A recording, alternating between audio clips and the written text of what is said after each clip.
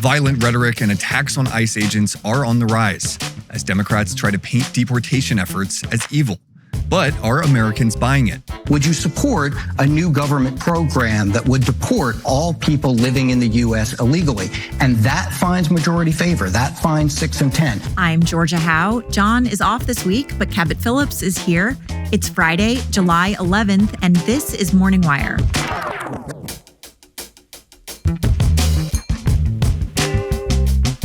The man prosecuted by the Biden DOJ for his text to vote for Hillary meme just had his conviction overturned. Now he's turning the tables on the people who targeted him. I think it's egregious. I think that it's weaponization and politicized justice, and I think it's misconduct. And from hiring wars to impersonations of top government officials, the race for AI dominance has reached a fever pitch. They started making these giant offers to, a lot of people on our team, like $100 million signing bonuses. Thanks for waking up with Morning Wire. Stay tuned. We have the news you need to know. It's an interesting time for business, with tariff and trade policies shifting constantly, supply chains feeling the squeeze, and cash flows tighter than ever. If your business can't adapt in real time to these rapidly changing conditions, you're going to find yourself in a world of hurt. NetSuite by Oracle gives you the total visibility you need across everything from global shipments and tariff impacts to real-time cash flow through their AI-powered business management suite that's already trusted by over 41,000 businesses. As the #1 cloud ERP, NetSuite brings together accounting, financial management, inventory, and HR into one unified platform, creating a single source of truth that gives you the visibility and control you need to make quick decisions. NetSuite helps you instantly identify what's stuck in your operations, understanding exactly what is costing you, and figure out how to pivot fast when you need to make changes. Tame the chaos with NetSuite. If your revenues are at least in the 7 figures, download the free ebook Navigating Global Trade: 3 Insights for Leaders at netsuite.com/morningwire. That's netsuite.com/morningwire. ICE agents are under attack across the U.S. as they carry out President Donald Trump's deportation agenda. The rise in violence has now sparked calls to tone down the rhetoric as political battles rage over immigration. Daily Wire reporter Tim Pierce is here to talk about threats to ICE agents, as well as the latest setback to Trump's immigration agenda in the courts. Hey, Tim, so first off, where is the danger to ICE agents coming from? Well, lately, it's been more random, and for that, more dangerous.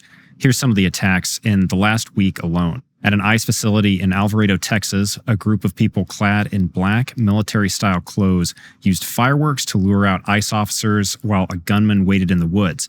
One ICE agent was shot in the neck. He's thankfully expected to recover.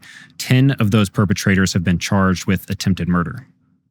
It was a planned ambush with the intent to kill ICE corrections officers. Make no mistake, this was not a so-called peaceful protest. In Oregon, 3 more people are facing charges after they allegedly assaulted officers at an ICE facility in Portland. The officers were kicked, punched, and attacked with an incendiary device. In McAllen, Texas, 2 police officers and a Border Patrol agent were hospitalized after a gunman fired dozens of rounds into a Border Patrol facility.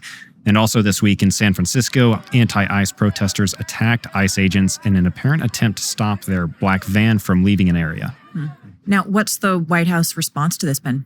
Well, first, the administration has pointed out that these attacks aren't just serious, but they're becoming more common as well. Here's Border Czar Tom Homan on Fox News. The attack on ICE officers, you've covered it many times, is up nearly 700% now. The rhetoric against the men and women of ICE is skyrocketing, especially by members of Congress. We have senators, we have Congress people that compare ICE to the Nazis, compare ICE to racists, and it just continues. And as you heard from Homan, Democrats' over-the-top rhetoric has also played a part.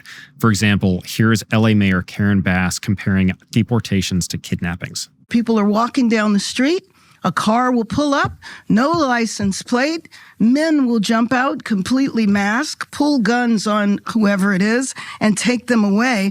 Aside from the fact that this is unconstitutional, how do we know the difference between this and a kidnapping? Some say this radical rhetoric is actually part of a larger strategy by Democrats to provoke ICE and cut down support for Trump's most popular issue. Here's Real Clear Politics Chief Content Officer Andrew Walworth. The idea of trying to provoke an overreaction on the part of ICE is part of the strategy. The attacks may be having effect because Trump's overall approval on immigration appears to be falling recently. For their part, Democrats want to ban ICE agents from wearing face coverings during operations. We don't live in a country, an authoritarian country, where we have secret police who are masked, who are intimidating, who are scaring people.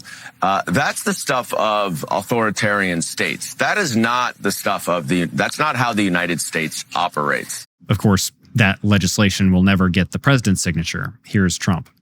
It's sort of funny when people picket in front of Columbia, in front of Harvard, and they have masks on, more than masks. I mean, you can't see anything. Nobody complains about that. But when a patriot who works for ICE or Border Patrol puts a mask on so that they won't recognize him and his family, so they can lead a little bit of a normal life after having worked so hard and so dangerously, there's a problem with that. Now, I want to ask you about a court ruling coming out of New Hampshire this past week relating to Trump's order on birthright citizenship. So what happened? Yeah, the judge granted class action status in a case that was brought by just one pregnant immigrant. So the order applies to all potential babies born in the United States, regardless of the parent's legal status. Now, it's worth noting that this decision may run afoul of a recent Supreme Court decision blocking nationwide injunctions in cases of birthright citizenship. That's how the administration sees it anyway. Attorney General Pam Bondi has already hit this case in particular as an attempt to run around the Supreme Court. Well, very interesting if they're going to give unborn babies a right. Tim, thanks for reporting. Good to be on. You know that nagging feeling about the doctor's appointment you've been putting off forever? Maybe it's that dentist cleaning you're now 6 months overdue for.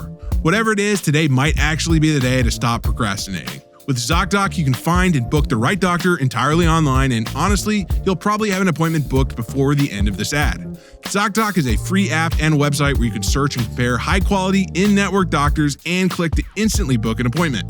They've got over 100,000 doctors across every specialty you can think of: mental health, dental, primary care, urgent care, you name it.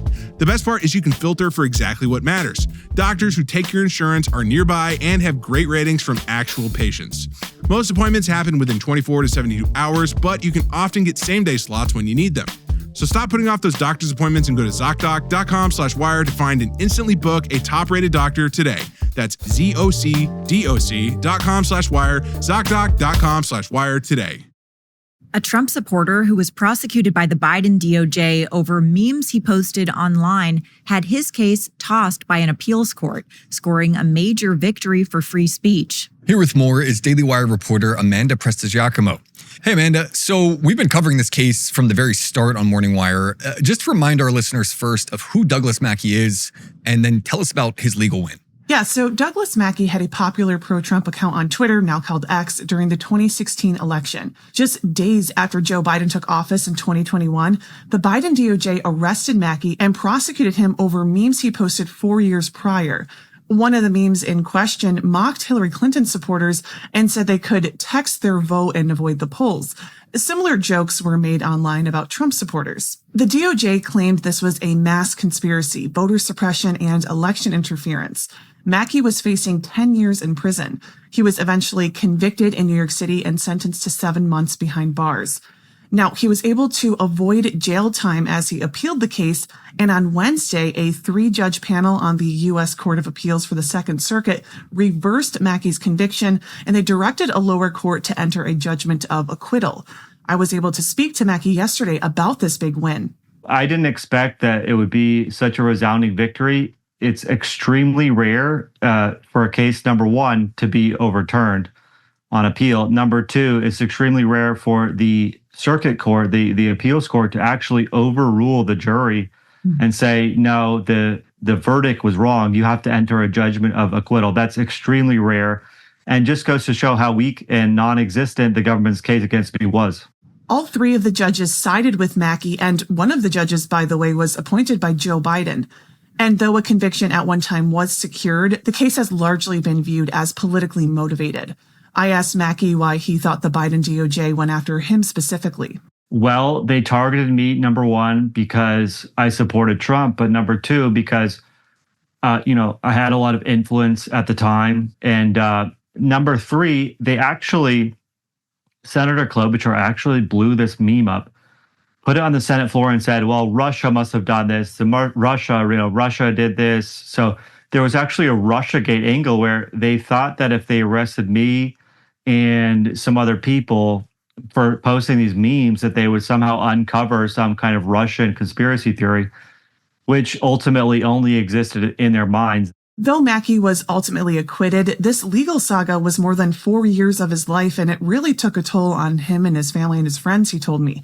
For example, Mackey said his wife was pregnant during the trial, and she actually had an emergency C-section while he was being sentenced in New York City. Financially, Mackey said his legal fees totaled north of $1 million. Now, moving forward, Mackey plans to file a civil lawsuit against the DOJ. He shared some details with us about that coming lawsuit. As the circuit court ruled, this case was brought without sufficient evidence. They didn't have any evidence of an actual conspiracy. And that's just the first problem with the case. There are multiple. Based on that, we have to assume that they brought this case for political reasons, because why else would you bring this case? I think that it's weaponization and politicized justice, and I think it's misconduct. So look, the damages are a lot. I mean, if we're talking about just purely legal fees, we're talking $1 million to $1.5 million that I had to raise, and I spent a lot of my own money. I'll note that President Trump has personally talked about this case as an example of political persecution, and a White House policy advisor also cited Mackey's case when he was discussing Trump's executive order to end the weaponization of the federal government. Mackey's team is confident that they'll be able to obtain a favorable outcome with this coming lawsuit. Yeah, and a lot of First Amendment activists viewing this ruling as a victory for free speech. Amanda, thanks so much for reporting. You're welcome. The race to develop advanced artificial intelligence is heating up, and some tech giants are sparing no expense. Earlier this week, Meta paid $200 million to poach one of Apple's leading AI developers for its new superintelligence lab. Daily Wire researcher Michael Whitaker is here with the latest on the race for AI dominance. So, Michael, who are the leaders in the AI space right now? Well, right now, despite some effort from foreign companies and foreign governments, U.S. companies definitely lead the field. There are some prominent newcomers like OpenAI and Anthropic, but many of the established firms also have a very strong presence in this field.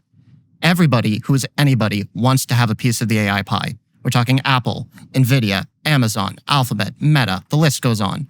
Apple generally has underperformed many of its peer competitors in this sector. That being said, they do have a lot of expertise building smartphones and personal computers. They've spent much of their research efforts attempting to develop smaller AI models that can be integrated into their own hardware. So an AI tool could be on the phone or on the computer as opposed to being reliant upon an outside server connection. That little widget appears to have caught Mark Zuckerberg's attention. The Meta CEO reached out to some of Apple's top talent in an attempt to poach them for his own AI research lab. Ruming Pong, the head of Apple's AI model research, has been poached for a cool $200 million to go work at Meta. Sam Altman of OpenAI says his employees have received similar offers. They started making these giant offers to a lot of people on our team, $100 million signing bonuses, more than that comp per year. It's crazy.